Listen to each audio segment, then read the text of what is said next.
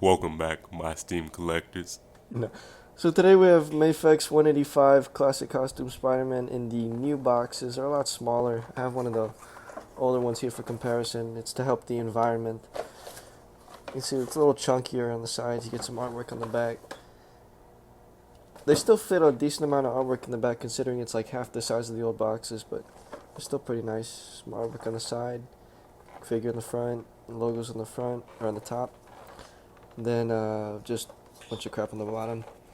But I like these boxes. They're more collector friendly. You can kind of just keep them wherever. They take up less space on the shelf if you get one mint.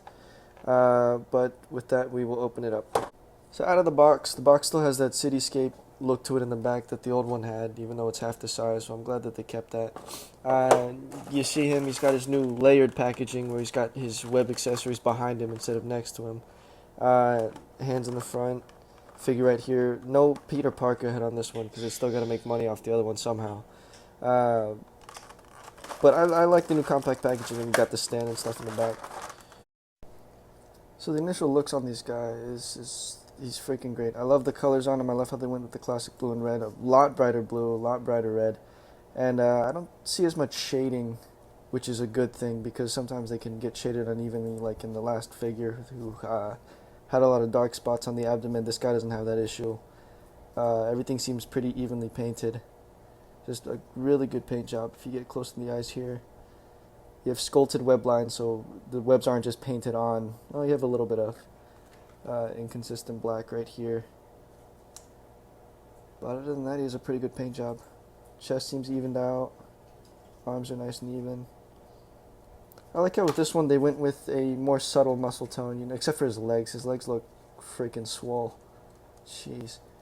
But his arms, they're toned. They're definitely toned, but they're not like outrageously huge or anything. It's subtle. He's supposed to be a skinny guy, skinny teenager, so I like how they went with more subtle. Oh, this guy's just in a consistent lat spread. His lats are huge.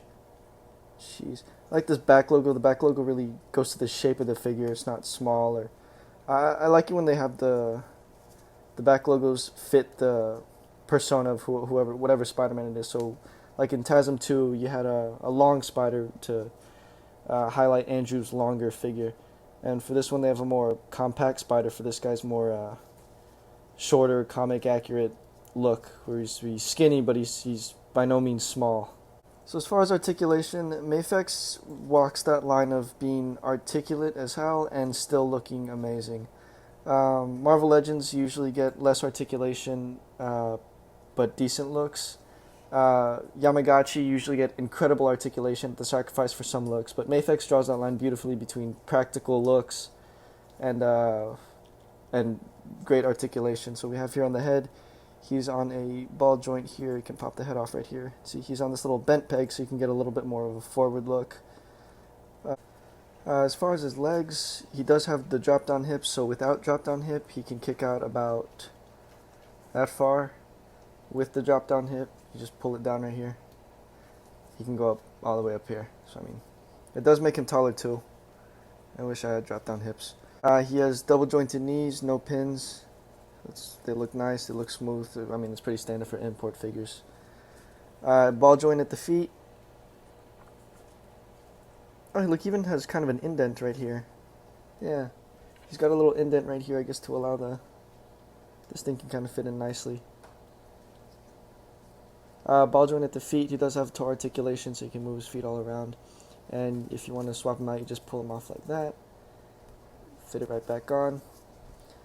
So I'm impressed with this guy. I love the color scheme on him.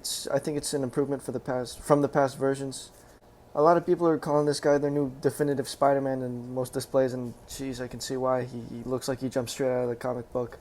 He doesn't have many paint issues that the other ones had. There's no paint rub, or not much paint rub. There's not any shading errors anywhere. He just looks great all around.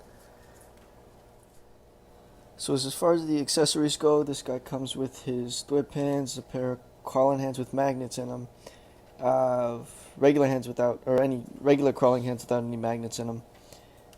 You get your neutral kind of hands and your thumbs up hands. I mean, they're supposed to be to hold the webbing that comes with it, but I mean, look, how's it not a thumbs up? And he also comes with magnetic feet to go with the magnetic hands. The webbing is standard MAYFEX webbing. You get your 2 short webs, you get your 2 long webs. You get this long one that you can stick through his thumbs up hands, like that. And this long one that comes with a little knob at the end that you can attach to one of the stands that comes with this. For his stand, he comes with the base MAYFEX stand that most figures come with. This little one you can stick in right here. They did change up the attachments to the base. They added this little half thing. I don't really know what you're supposed to do with it. A smaller pair of grippers to put on, and then a big one. This little joint, I think to hold onto the webbing, that this one, you stick onto it here. And a little knob to attach to the end. Oh, this one's for the webbing. Put it right here. Get this. And you can stick it on like that, make it look like he's shooting at something. As far as the magnetic hands, I don't know why these ones seem a lot stronger than the MAYFEX 75. I have no problem putting this guy up, really, like I did with the other one. He does need most of him. I think you can like maybe get away with a hand or 2 off of it, but for the most part he does need all 4 on it to stay up. I don't know why he's stronger. The magnets aren't any bigger than the old one. It is just a repaint, but they are for some reason a lot stronger, I noticed. So the hands really allow, you can get this guy in a lot of fun poses.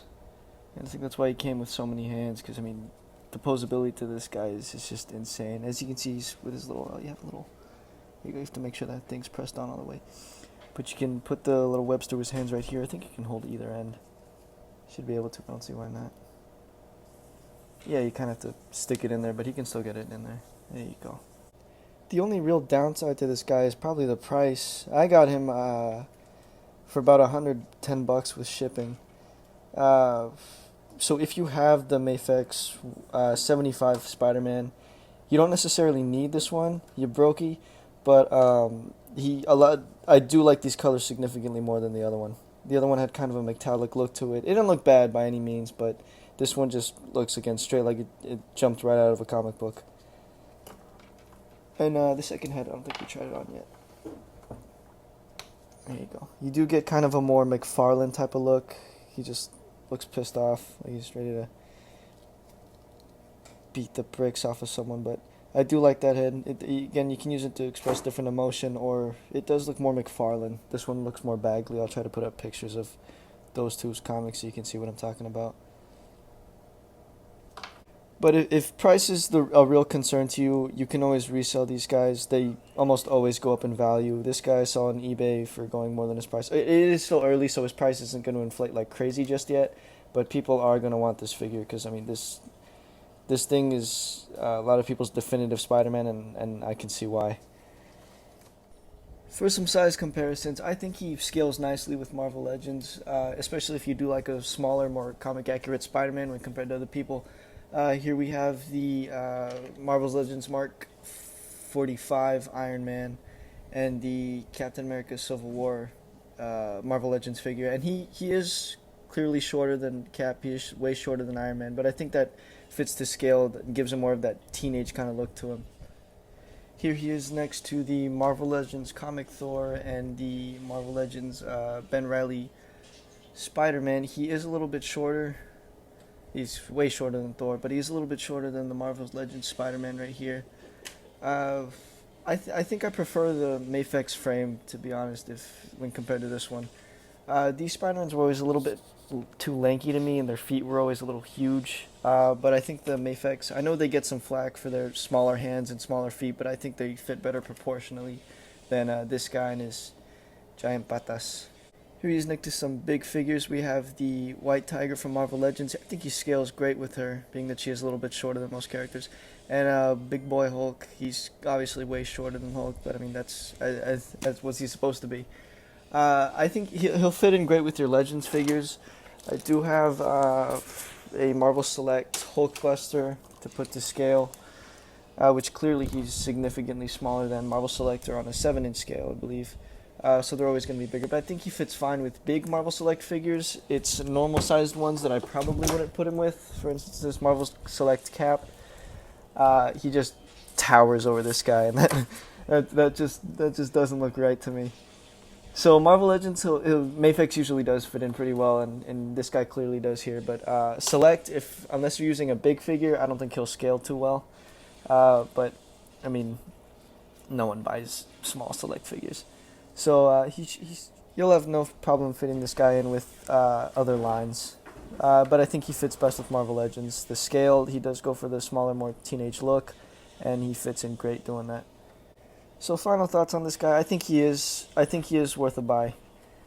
To me personally, if you already have the MAYFEX 75 original Spider-Man, then you could keep that one. It's not necessary to get this one. That one also does. The MAYFEX 75 also comes with the Peter Parker head that this guy doesn't come with.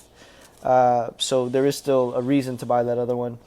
I would have liked to see a Peter Parker head with this guy, just to see how the head looks on the classic colors, but I'm by no means am I disappointed by spending the money on this guy. This figure's great, and he comes with phenomenal articulation and looks and a bunch of accessories. So if you're looking to get this one, I definitely would.